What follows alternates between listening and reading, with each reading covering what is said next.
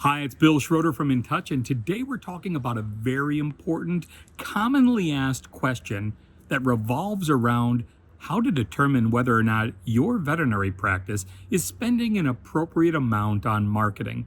You know, when you look at the Small Business Association and you listen to what they have to say, they will say that small businesses like yours that gross under $5 million are at least 10% profitable should be spending around 8% on their marketing. I ask you, are you doing that? And if you are, I'm going to say you're probably very, very successful with your marketing. But if you're not, and you would like some guidance, I'm going to give you 5 tips that'll help you understand where I'm coming from. First, when determining a marketing spend, I like to look at the market size. Understand whether you're located in an urban, suburban, or rural market, and know that you're going to spend more if you're in Manhattan than if you are in rural Iowa.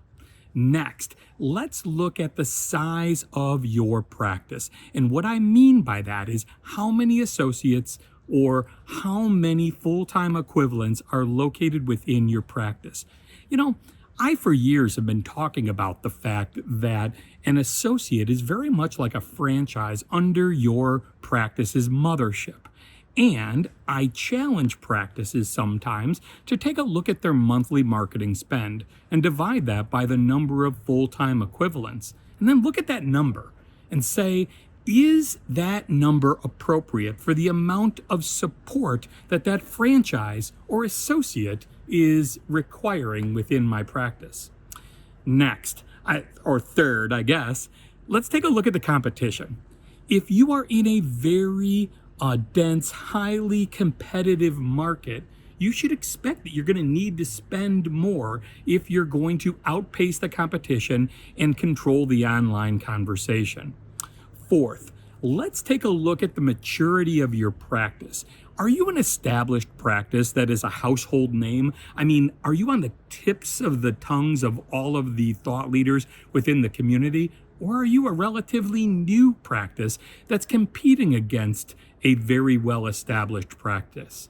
A new practice is probably going to need to spend more because your effort will be focused on gaining new clients. So take that into consideration. And the fifth thing is whether or not your current marketing is actually working. What do I mean by that? I mean, like, if it's working to achieve your goals and you have found that sweet spot, that level of maturity that allows you to determine exactly how much, or on average, how much it costs you to earn a new client or to increase a service by X number of percent, well, then you're probably very mature and you can look at your marketing plans or your practice growth plans and determine exactly how much you should spend because it's all relative.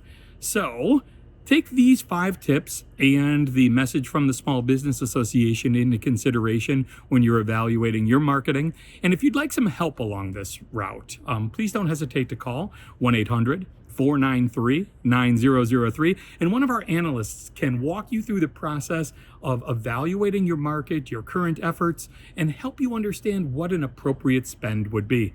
This has been Bill Schroeder with InTouch, and until we speak again, I hope you are well.